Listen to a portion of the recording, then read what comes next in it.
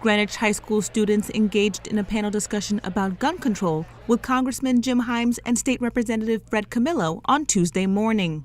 Student leaders from the Young Republicans Club and Young Democrats Club at the high school led the discussion. We had some members of the PTA who really wanted kids to get involved in this issue. It's a very important issue, and we wanted them to learn about the merits of the issue and to develop their views on it.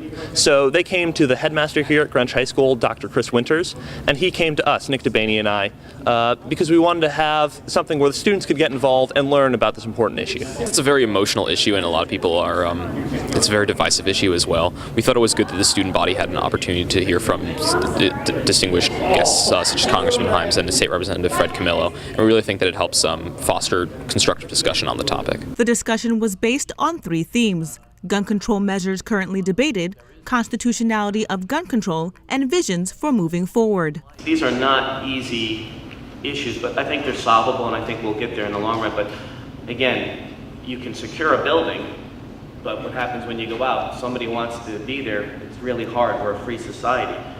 So again, just going back, what we can do, what we can ensure, I think, is to make sure that, as Jim said, we want to know who you are when you're getting a gun.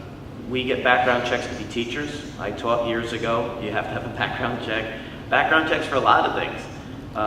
And a gun really, which has the ability to do a lot of damage, should be right up there. That should be a no-brainer. If the gun legislation results in fewer people having guns in the home, and I'm not saying that's our objective. Again, I respect your right to have that gun in the home, but if we do have fewer guns in the home, there will be fewer kids who stumble on the gun cabinet. There will be fewer domestic violence issues when, people get drunk and shoot each other.